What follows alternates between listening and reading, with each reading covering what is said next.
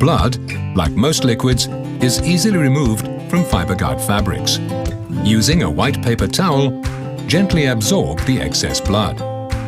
A fresh blood stain will disappear almost instantly.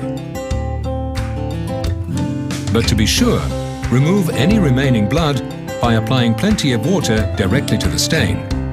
Then blot with a white paper towel. Repeat this process until all traces of blood are removed.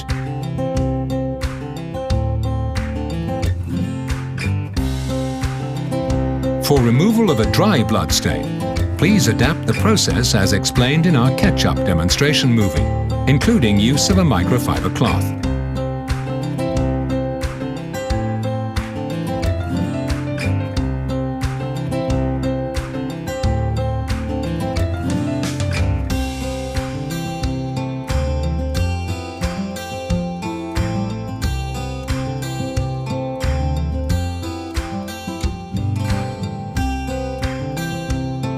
Allow the fabric to dry naturally to see the final result.